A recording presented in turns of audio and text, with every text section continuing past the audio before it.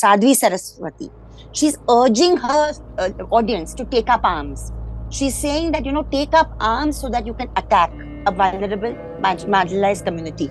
A state like Maharashtra, which doesn't have a history of this kind of social stigmatizing and stigmatizing hate, is being littered by serial hate speeches of this kind and hate events of this kind, to having small meetings inside temples, late night meetings. And the meetings are ostensibly only to herald a Hindu Rashtra. An organization called the Sakal Hindu Samaj has been persistently organizing hateful rallies across Maharashtra since the past 6 to 7 months. Repeat hate speech offenders like T. Raja and Kajal Hindustani are invited to be speakers at these rallies. These rallies are supposedly against the so-called love jihad and land jihad. In the initial months of 2023, these rallies were happening every other day, and same hateful things were said in all these rallies. Loksatta editor Girish Kuber, in his interview to The Wire, had said that this is an attempt by the ruling dispensation to communalize a relatively peaceful state like Maharashtra. It looked like these rallies had the support of the state, as BJP leaders were seen frequenting these rallies. Then the Supreme Court stepped in. Replying to a PIL filed by Maktoob journalist Shaheen Abdulla, the Supreme Court took suo motu cognizance and directed the police authorities to take required legal action to stop hate speech. It even called the Shinde government impotent, as it failed to stop the hate speeches at these rallies. After the Supreme Court order, the things cooled down for a few days. But then a big rally was organized in Daayghar, a locality in the suburb of Mumbai on 30th April 2023. The rhetoric at these rallies was the same: love jihad, land jihad and other hateful things against one community. But there was something specific about this rally. The speakers used anti-Muslim slurs for secular leaders like Jitendra Awhad, and most of them targeted the Haji Malang dargah. Haji Malang is a 300-year-old dargah at Kalyan, one of the few dargahs where a Hindu Vahivatdar, traditional priest from the Hindu Karandikar family, and a Muslim mutawalli claiming to be distant kin of the sun had both been officiating at religious rituals of the dargah. A syncretic tradition once again attacked by the fundamentalist elements. Nonetheless, the police failed to take any action against the Sakal Hindu Samaj rallies on 30th April despite having enough information about it. A concerned citizen group, which includes CJP of Teesta Setalwad and the Andhashraddha Nirmulan Samiti, went to the Thane police commissioner to act against the speeches at the Daayghar rally. We spoke with Teesta Setalwad to understand more details about it. Listen in to what the journalist activist had to say. The recent one was April 30th. April 30th ko hua hai, and it happened at Mumbai Thane, okay, Daayghar Maidan Thane. And the ironic thing is that it happened 2 days after the last hearing of the Supreme Court on hate speech. And, the next hearing is now on 12th of May. What is really disturbing for us, because, if you look at the kind of table we've prepared, and I've sent this to you and I've got it here, there have been events taking place since about November. And since December, we've documented these meticulously, and Citizens for Justice and Peace and other groups are complaining. They're complaining to the police, they're complaining to the SP, to the collectors, to even elected representatives. Okay, aapke constituency, it's happening in your constituency, it's not good for communal harmony, it's against the law, please act.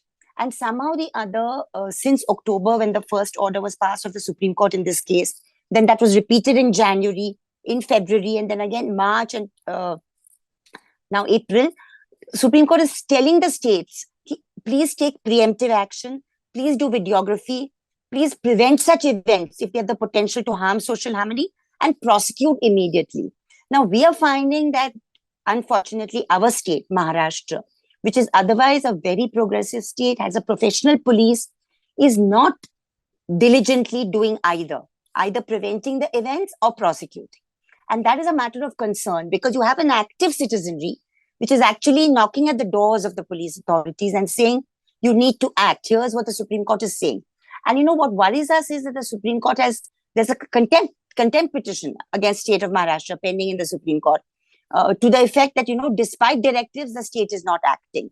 And last time they said we filed so many FIRs. Now in our records, we have some 4 FIRs have been filed against Raja Singh, 2 against Kajal Hindustani and 1 against Kalicharan Maharaj. But there are multiple other serial offenders. And the same outfits, the Hindu Jan Jagrati Samiti, sometimes it becomes Hindu Jan Dharm Jagrati Samiti. organized by Sakal Hindu Samaj, are constantly serially organizing these meetings. Suresh Chavanke is another repeat offender. And yet they're constantly being allowed to address these gatherings despite preventive laws being in place. That is a matter of great concern because any time in the state. I just saw one YouTube news video of 26 or 7 April.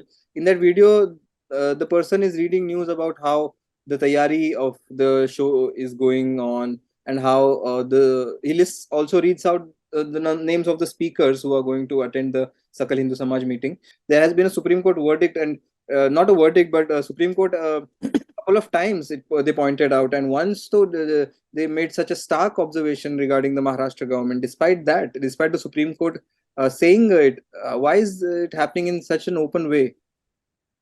See, Maharashtra does not have a record of this kind of hate speeches happening. I mean, there have been sporadic moments in the past when they've happened.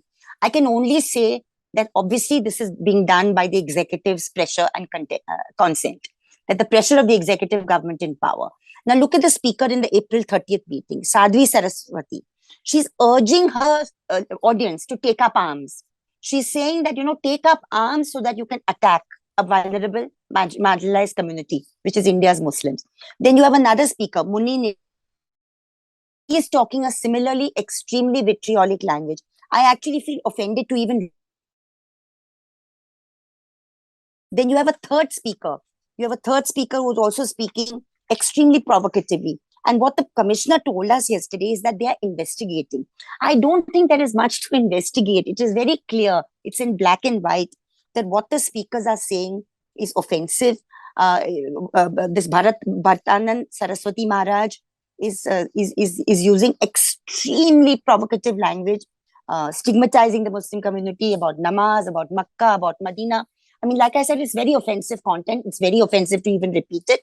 But unfortunately, a state like Maharashtra, which doesn't have a history of this kind of social stigmatizing and stigmatizing hate, is being littered by serial hate speeches of this kind and hate events of this kind. Coast, Ratnagiri Coast, North Maharashtra, Vidarbh, Nanded, Mumbai, Thane, Mira Road, Bhayandar, New Bombay, Navi Mumbai. I mean, there's not a single part that they're leaving. Jalgaon, Pune. I mean, our team is doing is constantly tracking. Now, the last thing we found, our team has found this in the last 2 days. This morning we were discussing it, that Sanatan Sanstha, which is a very, very dangerous track record, has switched from having large public meetings to having small meetings inside temples, late night meetings. And the meetings are ostensibly only to herald a Hindu Rashtra. But we don't know what is being discussed there. We don't know whether the police is keeping intelligence. Every time citizens have a public meeting in protest, IB men are sent, intelligence men are sent. Is there any tracking of this kind of anti-constitutional, anti-lawful activity? It's a matter of serious worry and concern. Apart from us, the People's Union for Civil Liberties has written yesterday to the Director General of Police. They were allowed to intervene in the Supreme Court matter during the last hearing. There's a committee called the Salokha Samiti, which is an umbrella organization consisting of many of us who are there. We have written together, yet there is no reply. Like I said, this particular memorandum to Sri Jaijit Singh on Monday, where the delegation met, was National Alliance of People's Movements, Andhashraddha Nirmulan Samiti, and Citizens for Justice. And we went together.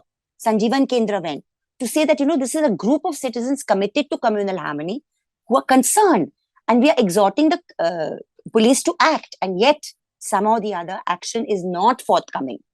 I mean, why is action only forthcoming when it comes to democratic protest? Now, tomorrow the Rashtriya Swayamsevak Sangh will turn around and tell us, like they did yesterday, that Suresh Chavanke and T. Raja Singh are not representative of the RSS.